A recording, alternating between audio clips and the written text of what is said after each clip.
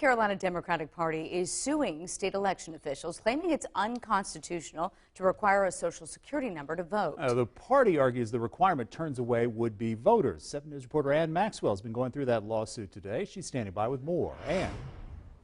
Gordon, the lawsuit says there are 950,000 eligible but unregistered voters in the state. That's compared to 1.2 million people who voted in the 2014 governor's race. Democrats say getting rid of the Social Security requirement would clear the way for more people to register.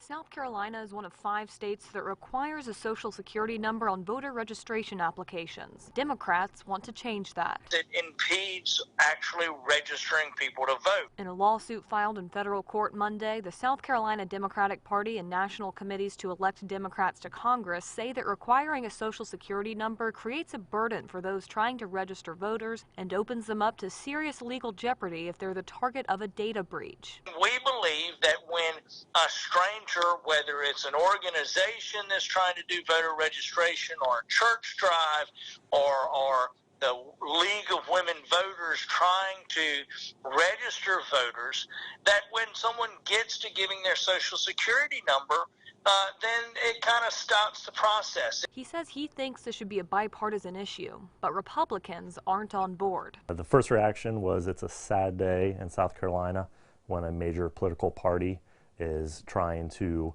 make it easier for voter fraud to happen. He says removing the Social Security number requirement would make it easier for people who aren't citizens to vote. When it all comes down to it, it really is to make it easier and more simpler for non-citizens to meddle in our elections. An analysis by a professor at Loyola Law School in Los Angeles found 44 voter fraud cases out of 1 billion votes cast nationwide between 2000 and 2014. Last year, the federal government brought charges against 19 foreigners who voted in the 2016 election in North Carolina. In the lawsuit, Democrats state that providing a Social Security number is, quote, wholly unnecessary to identify and verify potential voters, citing a national law that says states can verify identities through a driver's license number or the last 4 digits of their Social Security numbers.